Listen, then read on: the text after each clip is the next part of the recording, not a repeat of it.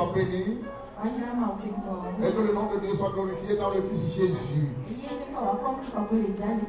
Alléluia. Mes frères dans la foi. Déjà 3 semaines passées, nous parlons du produit du cœur. En ce jour béni de dimanche de la Pentecôte, je vais entamer le 3e chapitre de ce produit du cœur. Mes frères dans la foi. Le thème de ce matin, je vous l'ai dit déjà, c'est le produit du cœur. Numéro 3.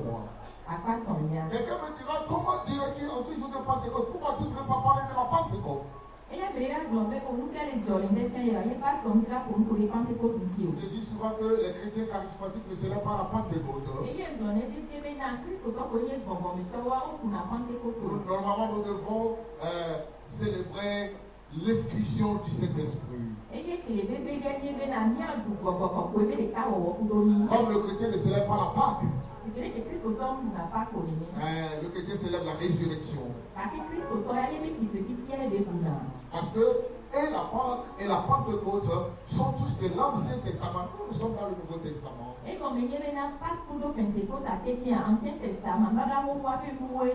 toutefois, la parole de ce matin, je vais parler aussi du Saint-Esprit. Je prie à ce que le Saint-Esprit touche le cœur de chacun d'entre nous afin que nous puissions comprendre et assimiler la parole.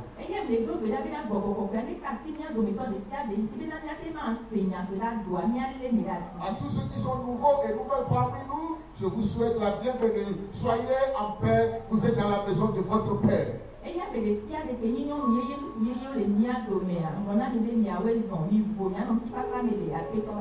Dans 30 ou bien 45 minutes, nous allons prêcher la parole et après nous allons prier, nous allons partir.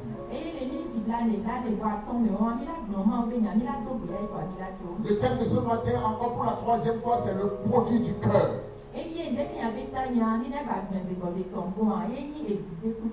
Souvenez-vous de ce que le roi David, à sa mort, a dit à son fils Salomon.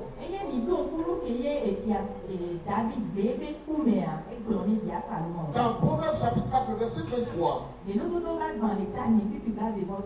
dit, garde ton cœur plus que toute autre chose, car de lui viennent les sources de la vie. J'aurais aimé que tu dises à ton frère, et tu vas lui parler français à haute voix, en disant, mon frère, garde ton cœur.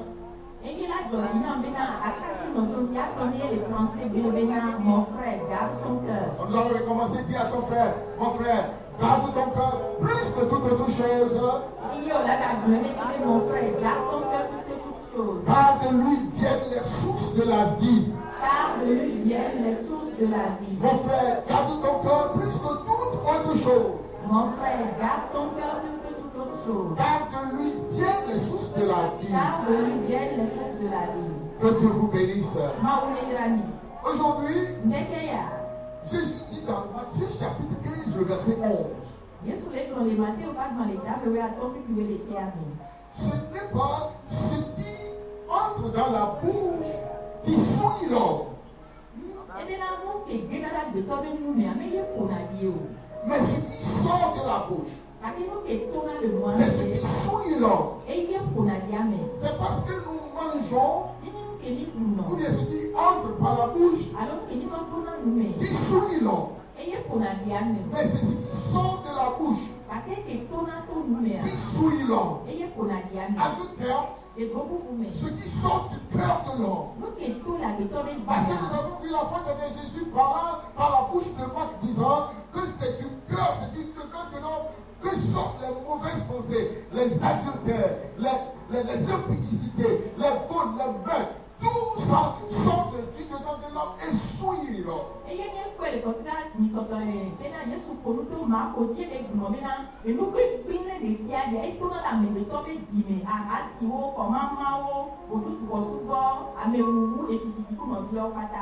ça provient du cœur. C'est pourquoi tu dois garder ton cœur plus que toute autre chose. Afin que la source de la vie émane de ce cœur. J'avais dit que la source de la vie est dans le cœur et la source de la mort aussi est dans le cœur. Le paradis est dans ton cœur et l'enfer aussi est dans ton cœur.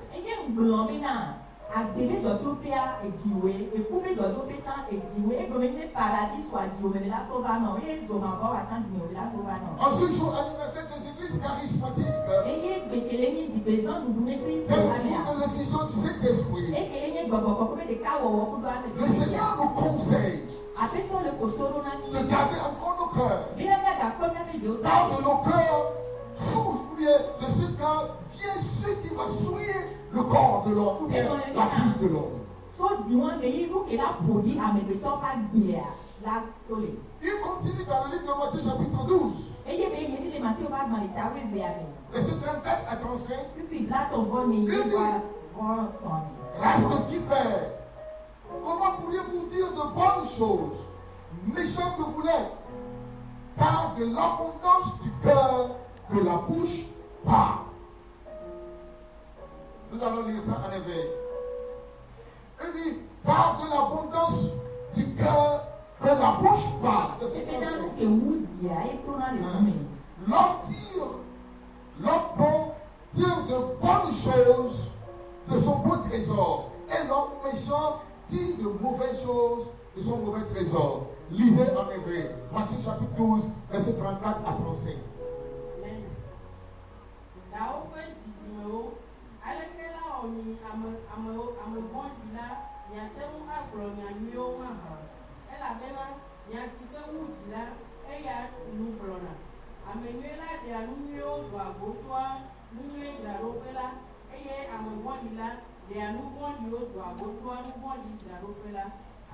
Alléluia. Le Seigneur a parlé. Il a vu un groupe d'hommes à qui il parlait, et en leur s'adressant, il a dit, vous, race de vipères, race de vipères, race de vipères, comment direz-vous de bonnes choses? Comment? Vous ne pouvez pas dire de bonnes choses parce que vous provenez de la vipère. Mais frère dans la foi, le serpent est un animal rusé. Et par la ruse, il a séduit notre père, nos grands-pères, parents, Adam et Ève. Donc tous ceux qui sont issus de cette race sont la race des rusés, des trompeurs, des méchants.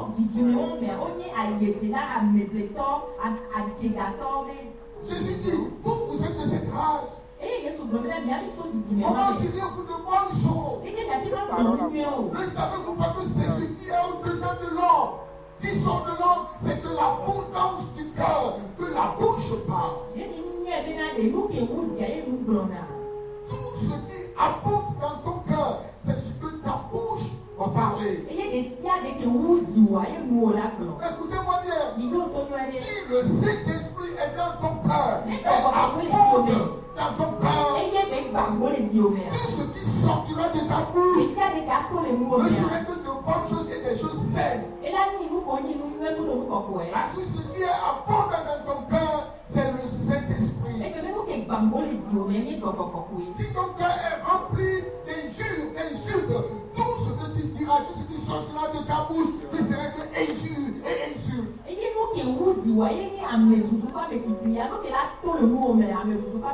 Si c'est que ton cœur est rempli de mauvaises choses, tout ce qui sortira de ta bouche ne serait que mauvaises.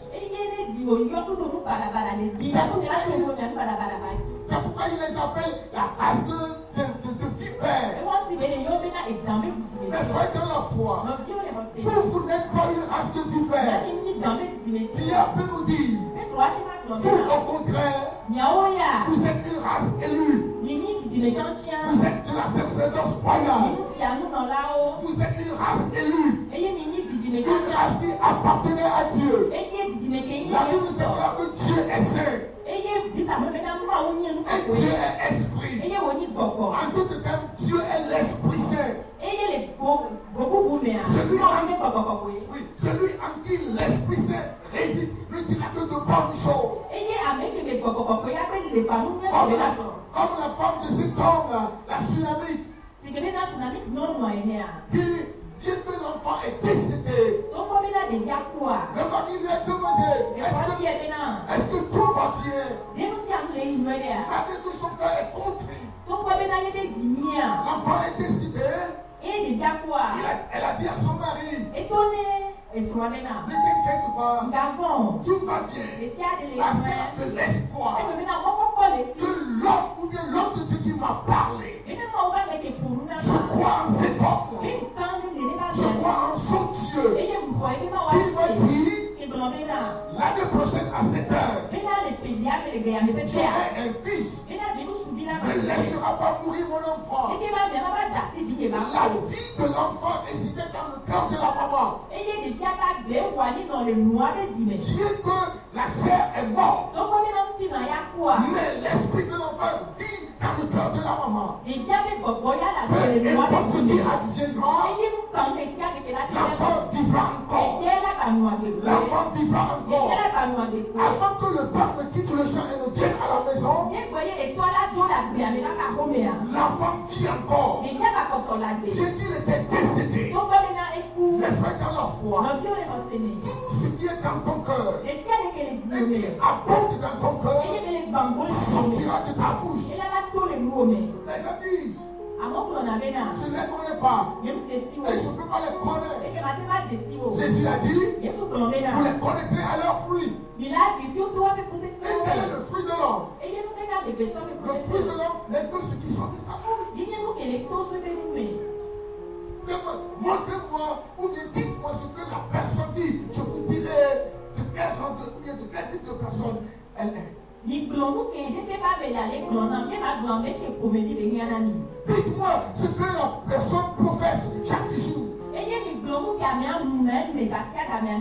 Mes frères, c'est ça.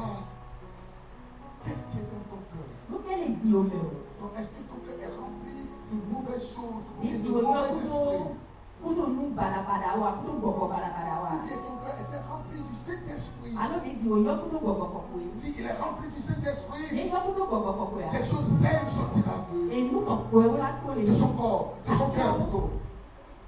Mais si c'est rempli de mauvaises choses, des mauvaises choses sortiront.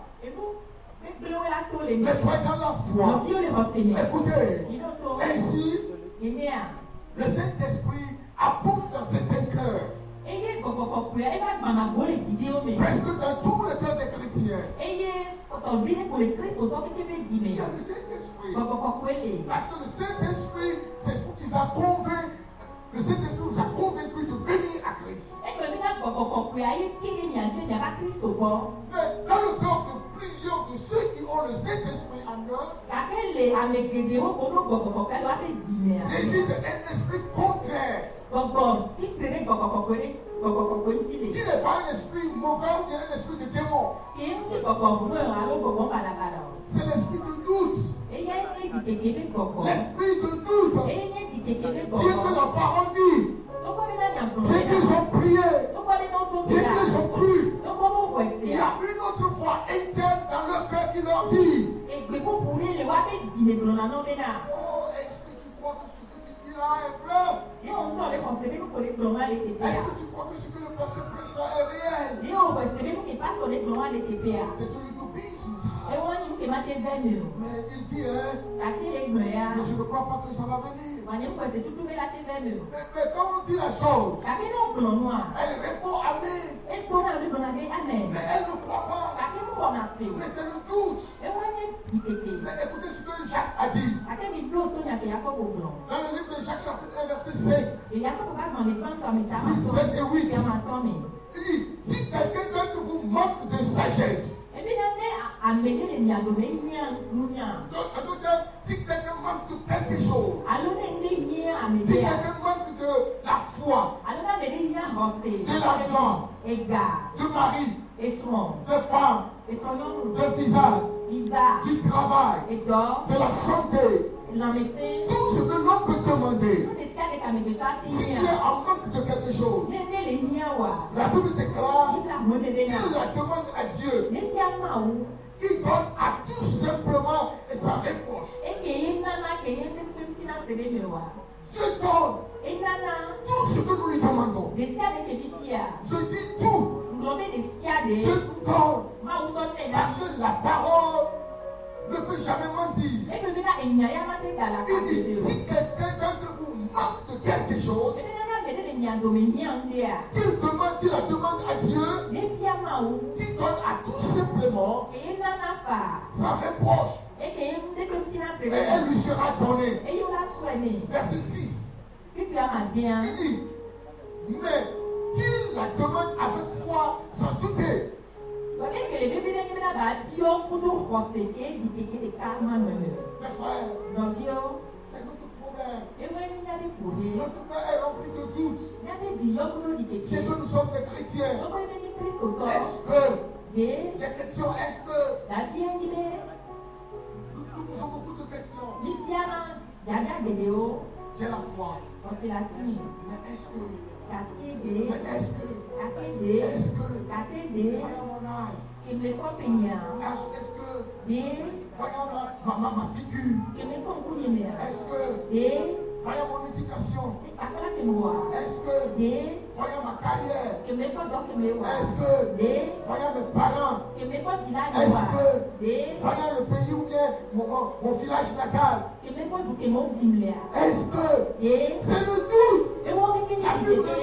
La Bible ne nous demande même pas de poser des questions. La Bible dit, si tu as besoin de quelque chose, demande à Dieu qui donne librement et sans reproche. Mais demandons avec foi et sans douter. Car celui qui doute est semblable au feu de la mer.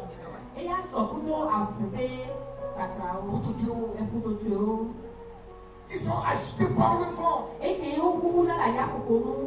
La Bible déclare dans le verset 7 que tel homme ne s'imagine pas qu'il recevra quelque chose du Seigneur.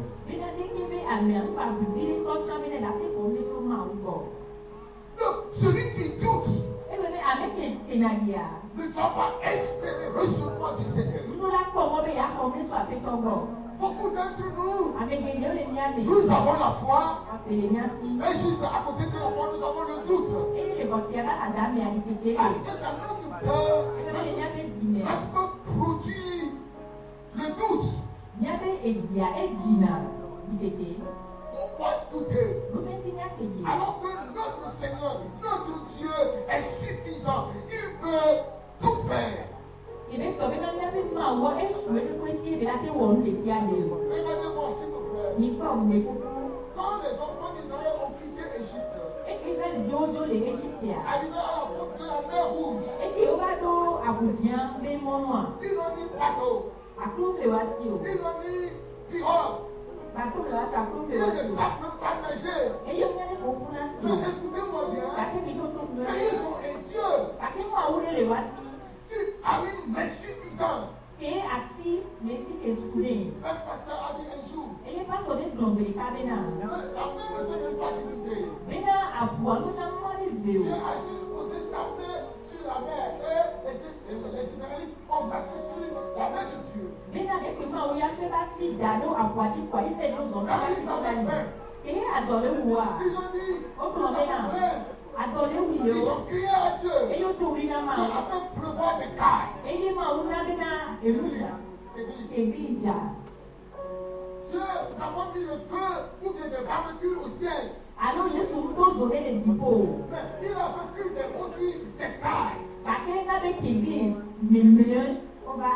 Il est suffisant. Il est suffisant. À la porte de Samarie. Après 3 ans, 6 mois de famille. Et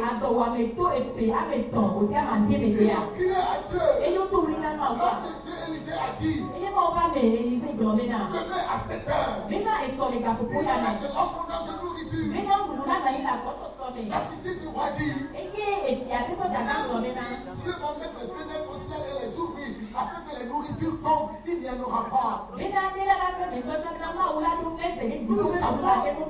Nous avons un Dieu qui peut tout faire. Et juste à 24 heures, la nourriture est abondante à la porte de Samarie. C'est un Dieu qui peut tout. Cette femme a dit de la perte de sang. Elle a cru s'occuper dans son cœur. Elle a touché le bord de vêtement. Elle est guérie. La femme de Bartimée a crié à lui. Il a dit Seigneur, aie pitié. Le Seigneur lui a demandé que veux-tu que je fasse? Il dit que je fasse, Seigneur. Et le Seigneur lui a dit retrouve la vue. Et il a vu. C'est un Dieu, c'est ce Dieu que nous servons. Tout ce que tu veux. Lazare, après 4 jours de décès. Dans le Congo, même sa soeur disait qu'il sent déjà. Mais le Seigneur a dit ne t'ai-je pas dit? Si tu crois, tu verras la gloire de Dieu. Après 4 jours dans le Congo, il a crié Lazare, sors. Et le mort est sorti. C'est ce Dieu que nous servons. Il a déployé son bras en Égypte. Il a fait des miracles. Il a fait des prodiges. Il a tout fait. Tout ce que nous souffrons aujourd'hui, il a fait dans le passé. Hébreux 13:6 nous dit il dit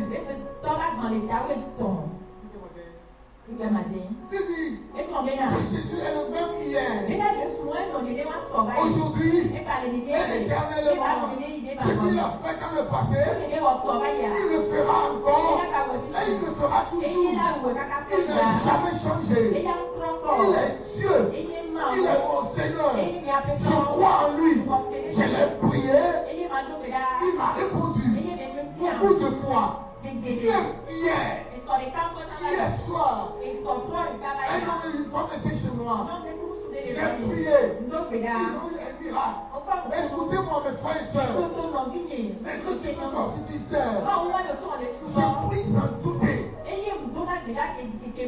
j'ai les résultats. Toi aussi.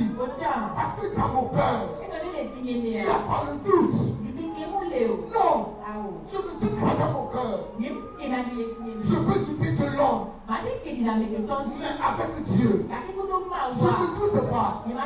Pourquoi? Parce qu'il m'a montré ses miracles. Il m'a dit qu'il peut tout. C'est ce Dieu que tu sers. Il peut tout dans ta vie. C'est parce que le doute est dans ton cœur. Tu pries avec foi. Et à peine te lever, le doute te dit est-ce que tu crois que ce matin, dans le nom de Jésus, je chasse cet esprit de tout dans ton cœur. Je les réprimande par le sang de Jésus. Et il aura plus d'autorité sur toi. Ce qui abonde dans le cœur, c'est tout ça qui n'abouche pas. Est-ce que c'est le doute qui est dans ton cœur? Est-ce que ton cœur ne produit que les doutes? Non, mon frère. Il est temps de croire et de croire la chose. Et de te dire oui, je sais. Et il le fera pour moi. Et il le fera. La Bible déclare si vous demandez sans douter, il le fera. Le croyez-vous pas en ces mots? Je le crois moi. Écoutez mes frères, aujourd'hui je vais vite terminer parce que j'ai d'autres choses à faire. le livre de Juges, des juges, dans le livre de Daniel, plutôt je vais aller là-bas d'abord. Nous avons su l'histoire de ces 3 jeunes garçons qui s'appelaient Meshach, Shadrach et Abednego. Mes frères, ces 3 enfants n'ont jamais vu Dieu. Mais ils ont écouté parler que leur grand-parent avait un Dieu qui s'appelait l'Elohim ou bien Jéhovah.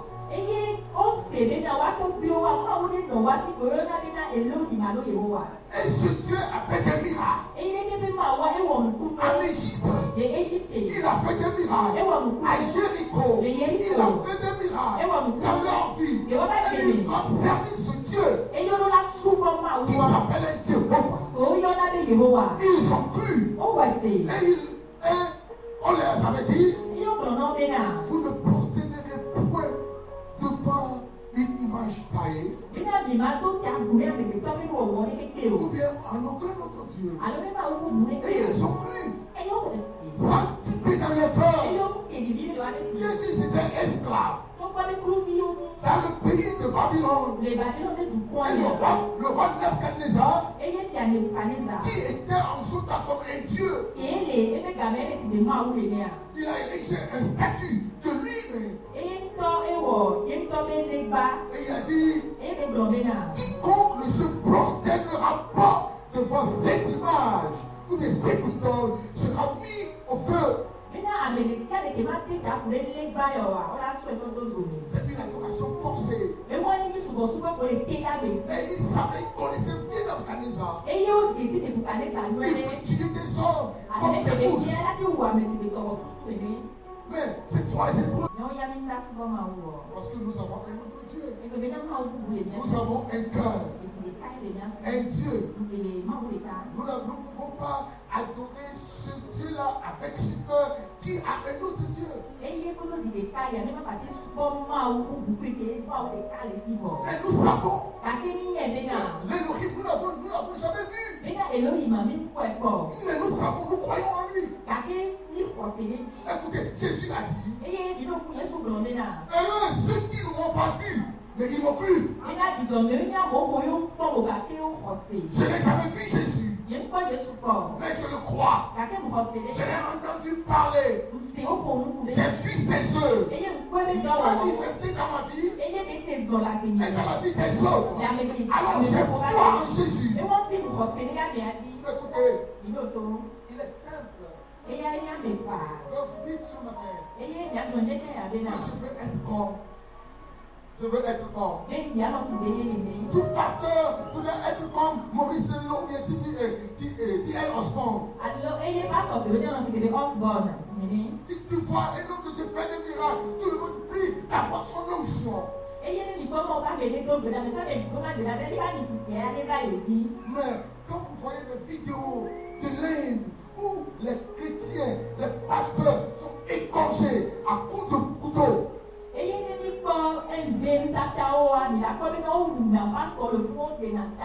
des pasteurs qui sont brûlés vifs, c'est pas dans le temps de Nebuchadnezzar, en 2015, ils sont brûlés vifs, mais ils n'ont jamais dénié le Christ.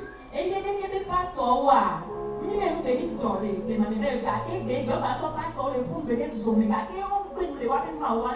jamais renié le Christ. Mais aujourd'hui, parce qu'ils ont de l'abondance de Christ dans leur cœur, ils ne peuvent le renier. Mais quant à nous autres, nous avons de doutes. C'est toi et pour eux. Bon, ils ont sifflé, ils ont donné le son des tambourins. Et il dit, tout le monde, prosternez-vous devant l'idole.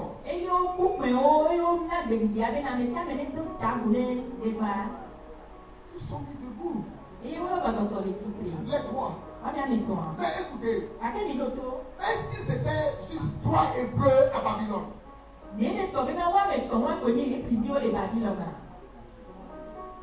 Répondez. Ils étaient seulement 3. Non. Pourquoi les 3? Cela veut dire que tous n'ont pas la même foi. parmi la multitude des Hébreux, il y a trois qui se tiennent debout pour Dieu. Ils croient en leur Dieu, sanctifié dans le cœur. Leur produit la foi. De leur vient la foi. Ils sont partis dire à Nebuchadnezzar qu'il y a trois Hébreux là-bas qui ne veulent pas se prosterner. Nebuchadnezzar dit, appelez-les. Que le roi vive éternellement. Et le roi dit, pourquoi vous ne voulez pas adorer mon image? Il dit, nous avons un Dieu. Et Nebuchadnezzar a dit, sachez que personne ne peut délivrer de ma main.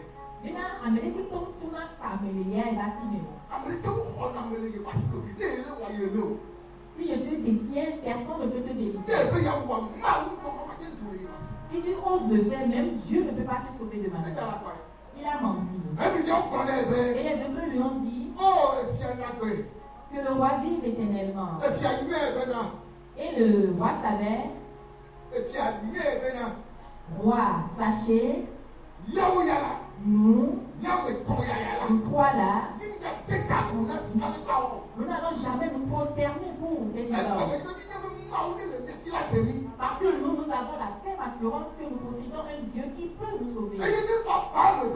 Même s'il advenait que Dieu ne nous sauvait pas, nous n'allons jamais prosterner. Et le roi s'était rentré en furie à tel point qu'il a demandé que la fournaise soit chauffée 7 fois.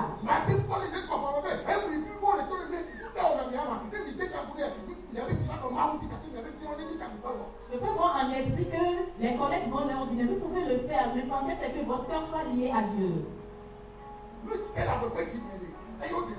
C'est ce qu'on procède. C'est ce que procède le cœur qui est manifesté.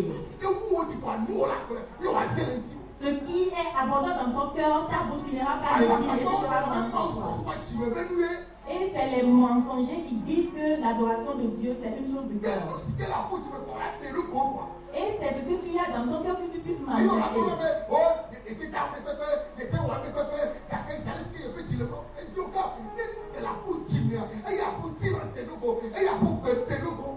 Et tu ne peux jamais dire, je peux me comporter de la sorte parce que l'essentiel pour moi c'est le cœur. Ce que tu peux manifester, c'est ce que tu as dans ton cœur. Et tu te dis que tu as l'abondance du Christ en ton cœur. Et c'est pour cela que tu arrives à chanter Mapouka pour Dieu. Et que tu balances tes fesses sur l'écran pour dire que tu danses Mapouka pour Dieu. Non. Non. Ça, c'est ce que tu as dans ton cœur. L'hypocrisie, c'est que tu as attaché le nom du Christ à ça. Et c'est comme ça que bon nombre de personnes ont attribué le nom de Jésus à leur alors qu'ils possèdent autre chose dans leur cœur.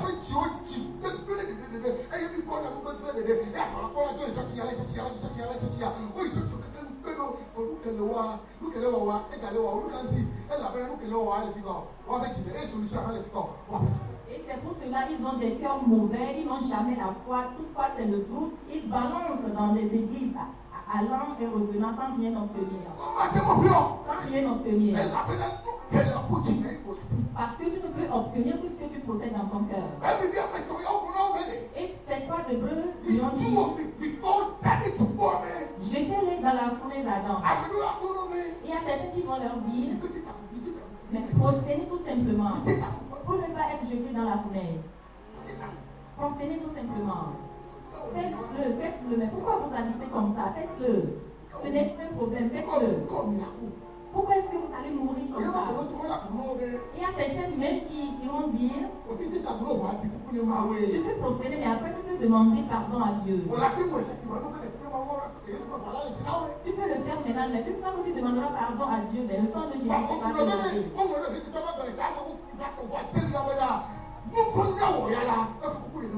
Et Et tu as oublié que dans Hébreux 10, 36, il est écrit les péchés qui sont faits en toute conscience ne sont pas pardonnés. Mes frères, non Dieu. Ces trois Hébreux. Faites silence, éloignez-vous de nous. Nous savons que notre Dieu qui siège dans le ciel, Dieu invisible qui fait des choses visibles, va nous sauver de la main du roi Nebuchadnezzar. Parce que nous n'avons pas du tout dans notre cœur. Même s'il advenait qu'il ne nous sauvait pas, nous n'allons jamais nous prosterner. Ils étaient liés de la main. On leur avait demandé, est-ce que vous êtes prêts pour renier Dieu? Ils ont dit non. Saignez nos mains. Ils ont été liés. Et lorsqu'on les accompagnait, ils étaient arrivés tout près de la fournaise. Et on leur avait demandé une fois encore, pourquoi est-ce que vous acceptez de mourir? Au lieu de se prosterner, ne serait-ce et le diable a dit à Dieu, prosterne-toi une minute seulement. Il lui a répondu, ne pense pas que je vais le faire. Que je suis prêt à mourir. Et il a déterminé pour toi.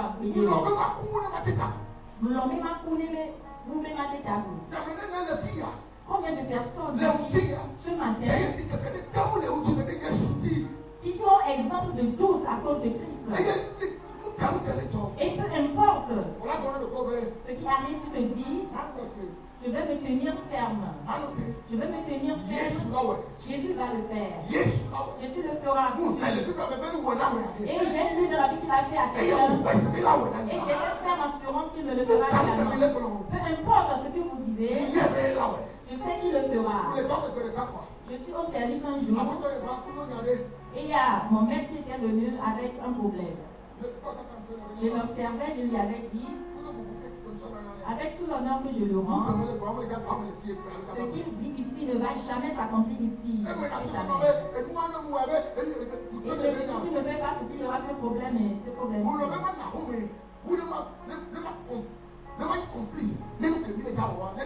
Et je lui ai dit tout simplement, vaut mieux que je reste à la maison au lieu de me porter complice dans cette maladie. Et il a dit, vraiment, on ne peut plus faire ceci. Je ne peux plus me reculer. Nous avons tellement avancé pour faire. Et nous n'avons plus cette espérance de quitter. Il y a des gens qui prient, mais la doute.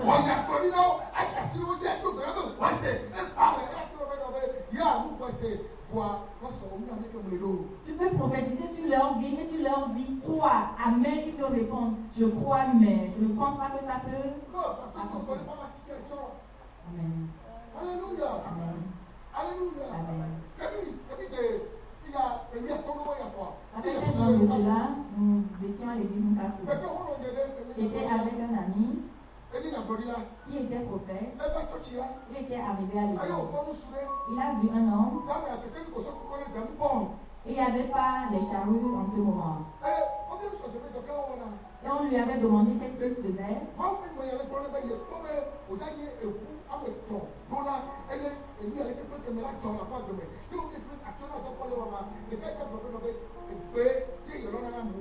Et l'homme de Dieu lui a dit, j'ai vu que tu seras détenteur peut-être de 3 fois, tu auras beaucoup de choses. On lui a demandé, mais qu'est-ce que tu fais actuellement comme travail? Il a dit qu'il est éboueur.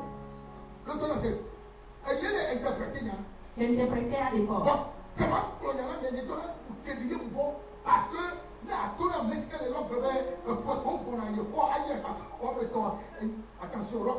et en ce moment-là, c'est moi qui interprétais. Mais pour communiquer la parole à la personne intéressée, j'ai douté aussi dans mon cœur parce que je me dis qu'une personne qui est aujourd'hui debout, comment on peut le convaincre que dans 3 mois, ou bien dans les temps à venir, il sera détenteur de quoi sûr. Mais le prophète a dit qu'il sait que c'est ce que Dieu fera. Il a cette assurance, c'est pour cela qu'il a communiqué la pensée de Dieu. 1 an, il est toujours éboueur. 2 ans, il est toujours éboueur. Et dans la 3e année, et il allait travailler pour un homme habituellement. Et aujourd'hui, c'est cet homme qui a changé le cours, l'histoire de sa vie. Il avait une voiture, mais aujourd'hui, je ne sais plus. Si c'est vraiment la parole de Dieu, je sais qu'actuellement, il doit avoir une voiture. Et ces trois jeux, on dit, nous n'allons pas nous prosterner. Et ils étaient jetés dans la fournaise ardente. La Bible a déclaré. Et ils n'ont jamais eu peur de la vie, de leur vie jusqu'à la mort. Et toi?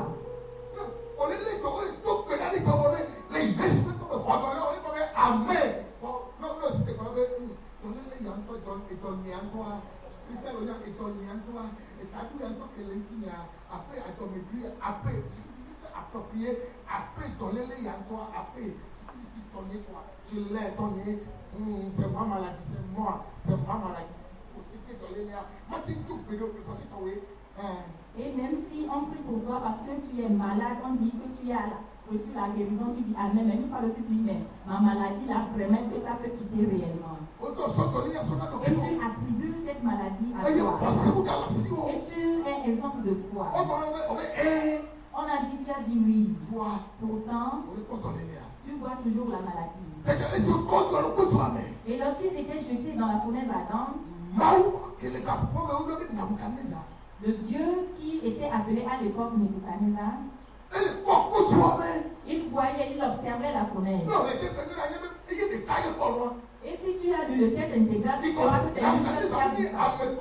Parce qu'il n'est pas un homme ordinaire. C'est quelqu'un de spirituel. Et il est armé par la puissance des mauvais esprits.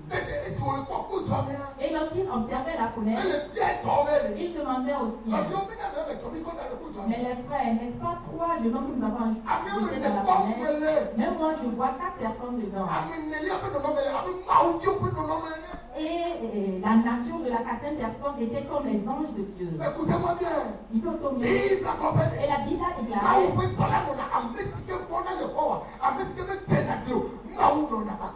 celui-là qui ne doute pas de Dieu, que l'ange de l'Éternel campe toujours autour de lui. Lorsque Stéphane était lapidé, Étienne était lapidé, il a dit, je ne vais jamais le renier. Et la Bible a dit, il a levé la tête. Il s'est vu le maître se tenir à la droite de Dieu. Écoute-moi, si tu ne doutes pas, tu verras la grâce. La Bible a déclaré dans 2 Corinthiens.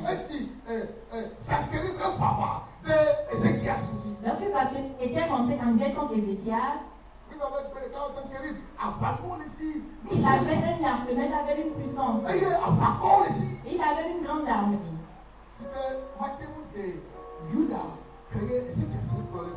Et qui ne peut jamais sauver Ézéchias. Et il a envoyé un message. Et tout ce qu'il envoyait comme message à Ézéchias, Ézéchias disait non instantanément. Il disait non. Je ne ferai jamais un avec les idolâtres. Je ne ferai jamais un. Je vais vous tuer, je vais vous pétiller. Et vous serez comme des sauterelles à mes pieds. Et Ézéchias lui a dit que mon peuple, croyez en Dieu, nous n'allons pas l'écouter.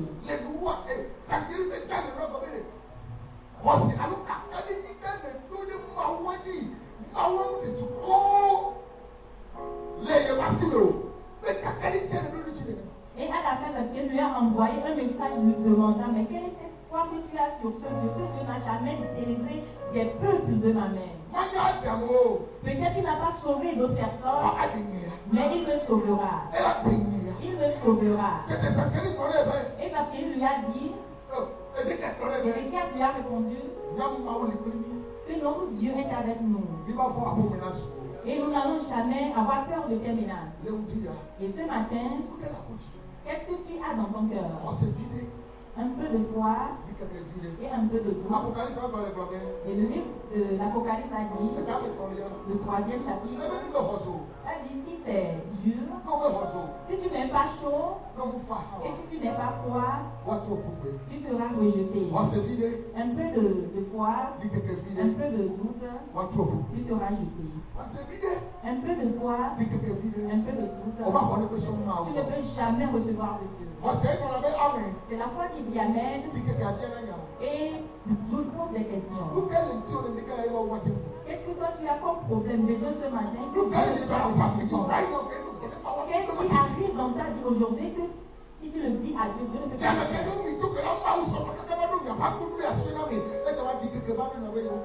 Quand des personnes ont crié, vous avez demandé, Dieu a amené la chose à votre porte, mais vous avez douté, vous avez perdu. Parce que celui-là qui doute ne reçoit pas de Dieu. C'est seulement le croyant. Psaume 125, verset 1. Oui. Nous allons terminer avec ce verset. Psaume 125, verset 1. Ceux qui se confient en l'Éternel, sont comme la montagne de Sion. Oui.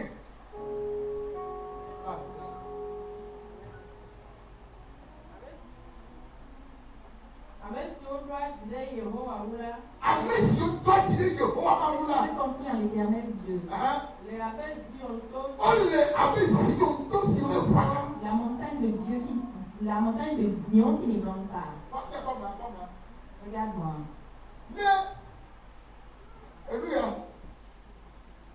Par exemple, si nous prenons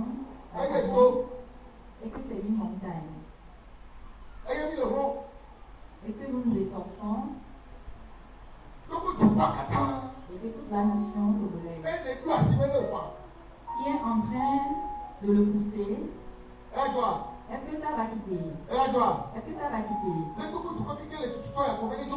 toute la nation pousse la montagne, est-ce que ça va quitter?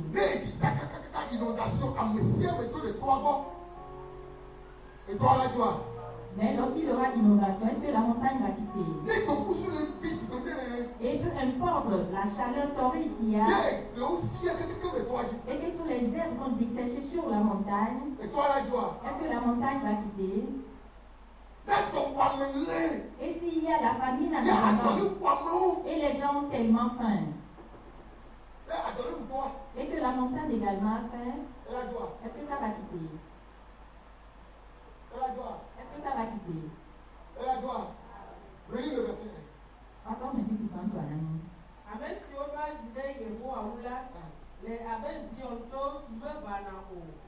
Amen.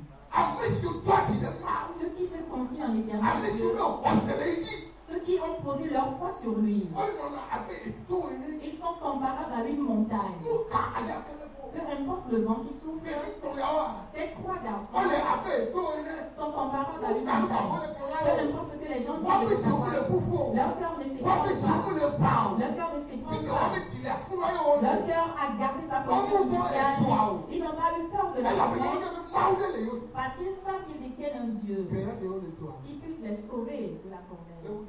Et ce matin, et je voudrais avec assurance, je voudrais fermement que ton cœur soit comparable à une montagne et que toute ta foi s'accroche à Dieu afin que ce que nous allons demander dans une minute, même si le charlatan venait de ton village pour te dire que les idoles disent, réponds-lui que je crois en l'Éternel Dieu.